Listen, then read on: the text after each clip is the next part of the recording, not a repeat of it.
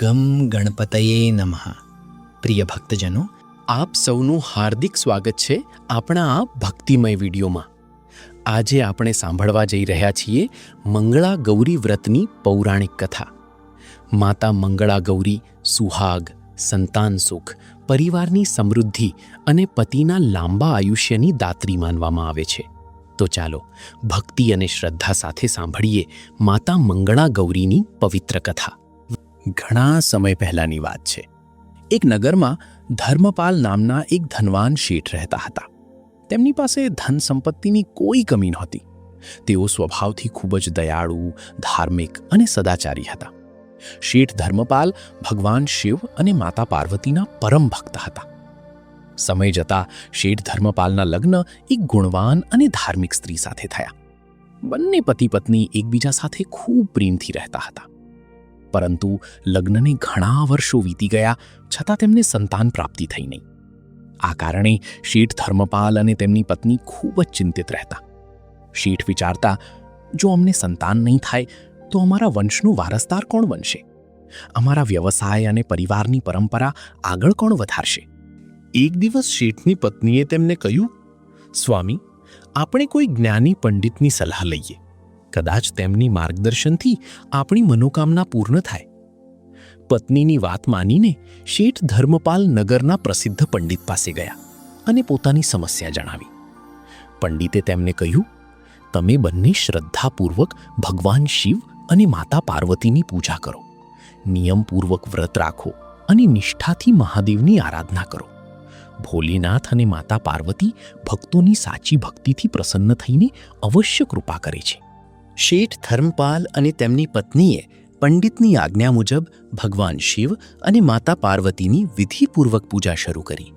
તેઓ ઉપવાસ કરતા, દીવો પ્રગટાવતા, મંત્ર જાપ કરતા અને ખૂબ જ શ્રદ્ધાથી માતા પિતાની આરાધના કરતા. તેમની કઠોર ભક્તિથી પ્રસન્ન થઈને એક દિવસ માતા પાર્વતી તેમની સમક્ષ પ્રગટ થયા.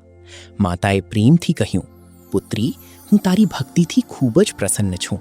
તું જે વરદાન માંગવા ઈચ્છે તે માંગી લે, હું તારી મનોકામના પૂર્ણ કરીશ.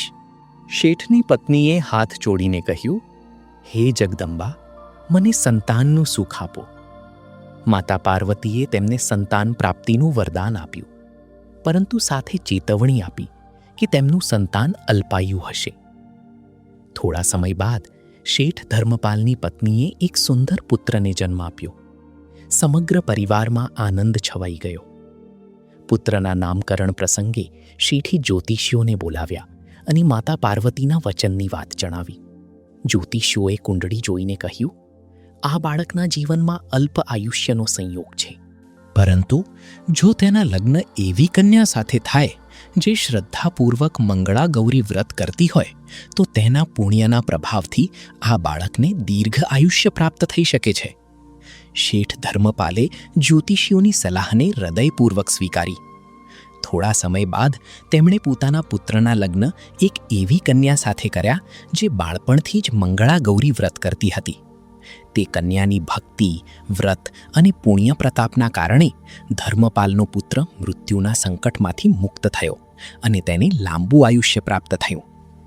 આ રીતે માતા મંગળા ગૌરીએ પોતાના ભક્તોની પ્રાર્થના સાંભળી અને તેમના પરિવાર પર કૃપા વરસાવી.